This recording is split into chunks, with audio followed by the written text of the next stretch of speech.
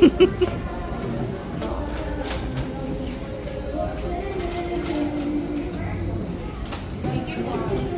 you. What do you like, Akila? Cinnamon. Cinnamon Danish. Dito sa Starbucks.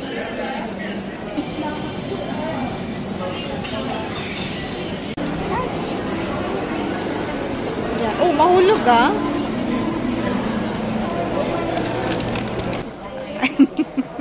Hello. Andito kami ngayon sa SM Makati. At si Ate Arya, ayan, naghahanap kami kasi ng shoes para sa kanyang prom night. Ito yung gusto niya. Yung may heels ang gusto niya. Tapos comfy naman siya.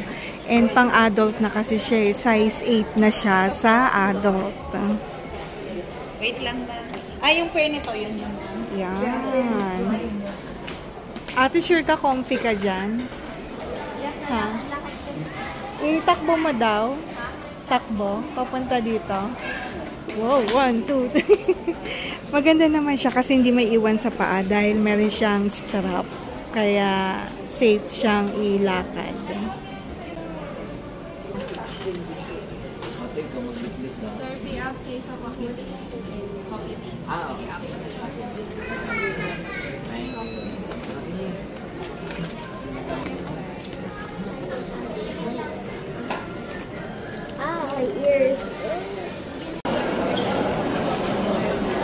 Hingi ka extra na straw?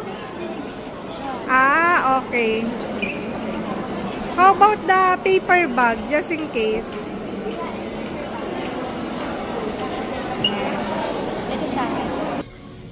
Yan. Home sweet home. So, gabi na. 8 o'clock na ng gabi. And umalis kami ng bahay kanina mga 2 o'clock ng hapon. And yun nga, dumiretso kami sa anong tawag dito? Ayala Malls, Makati. Sa, anong tawag din ata? Sa Greenbelt, ayun. Pero before that, nag-lunch na muna kami sa Buddies. Buddies na malapit nga dun sa The Link, tapat ng Landmark. And then, namili kami. As in, naghanap kami ng damit na susuotin ni Ate Arya para sa kanyang JS prom night.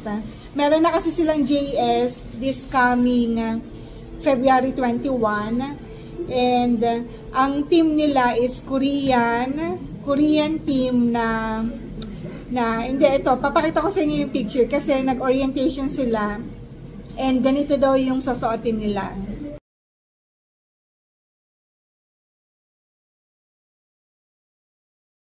So, yun yung damit na pinagpipilian ni Ate Arya. Pero ang pinaka-bet niya talaga na una pa lang niya sinabi sa akin, gusto niya ng black na dress na medyo fit. And ayan, naghanap kami kanina sa H&M sa may Greenbelt. Pero wala siyang nagustuhan na dress na black. Although meron, pero hindi niya type isuot. Kaya ayun, ito yung napili namin. And yun na nga, so yun yung napili ni Ate Arya. Actually, ako talaga yung namimili, naghahanap sa mga nakahang doon ng mga damit. Kasi nga, si Ate Arya is, ang gusto niya is magde-decide lang siya kung gusto niya yun or hindi. Kaya, so ako yung namili and nagustuhan naman yung mga pinili ko.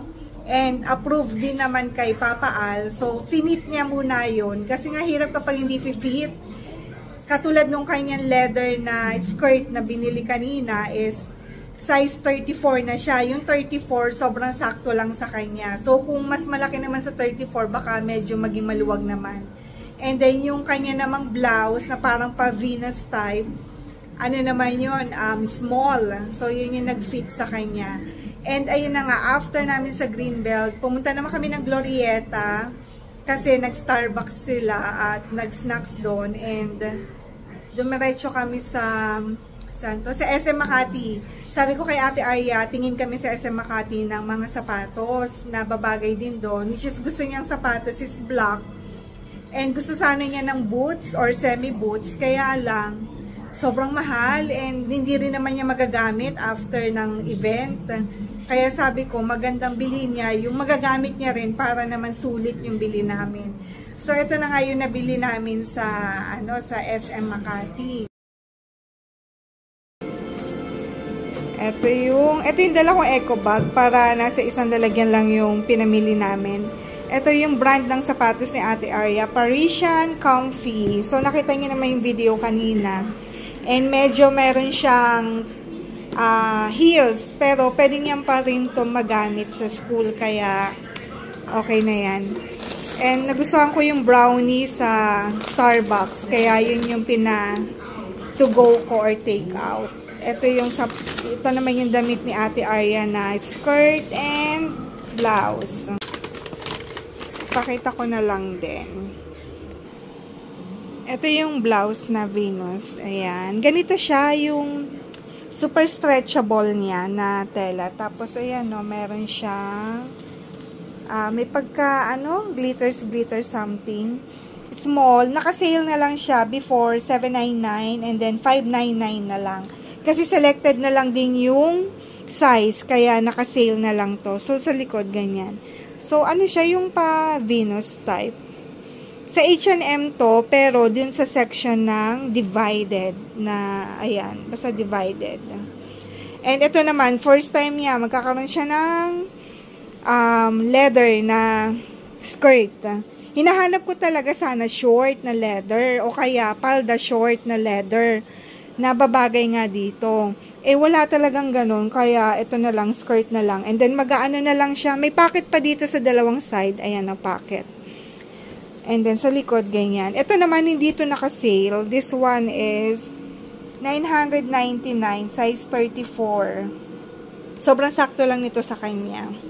Pero, mag-ano na lang siya dito, tawag dito, mag-cycling para safe, cycling na block. So, ayan siya. Parisian Comfy sa SM Makati. So, size 8 na si Ate Arya. Akalain nyo, mas malaki pa sa akin na bata. And ito, ewan ko kung kasya to sa akin. Baka maluwag. Wait lang. Sabi ko sana, pwede siyang bumili ng shoes. Nakakasya rin sa akin. Para at least, kapag di niya magamit, ako yung gagamit. Pag lalabas kami. Pero ito yung napili namin. Which is maganda siya. Ayan yung ilalim niya, size 8, tapos ganito siya. Ayan. Nakaganito lang. At least hindi siya mahihiwalay sa paa habang naglalakad kasi meron siyang strap. And ang gusto niya kasi yung may heels. So, sakto lang naman. Sabi niya, ano naman daw, pwede naman daw to sa school. Kaya, gagamitin na lang din niya to sa school para at least sulit yung ating bayad. So, this one, I think 1,300 itong sapatos na to. Pero nag-sale din siya ng bonggang-bongga. Kaya, sakto lang. Binili natin to para kay Ate Arya. So, yun yung ating shopping ngayong Saturday. Tama, Saturday ngayon. Kasi, sabi ko kay Papa Al, ano na lang muna, isettle na namin yung sasuotin ni Ate Arya para sa kanyang JS prom. Para at least, naka-ready na. Kasi ang hirap kapag bigla-bigla, baka wala kami mabili or baka mas mapamahal pa kami dun sa bibili na damit ni Ate Arya. Kasi iba na ngayon yung bata. Actually kasi si Ate Arya dahil pa-teenager na siya, so may gusto na talaga siyang damit, may gusto na siyang design, style. So, mas maganda kung ano yung gusto niya, yun yung bibilhin para mas confident siya dun sa kanilang prom night. So, sila na yung pinapapili namin para gusto nila yung damit nila. Mas nakaka-confident kasi, di ba, kapag gusto mo yung damit mo, parang feeling beautiful ka, ganun ba? So, yun yung ating Saturday. So, yun lang yung ating sharing for today's vlog. Thank you so much for watching. Bye!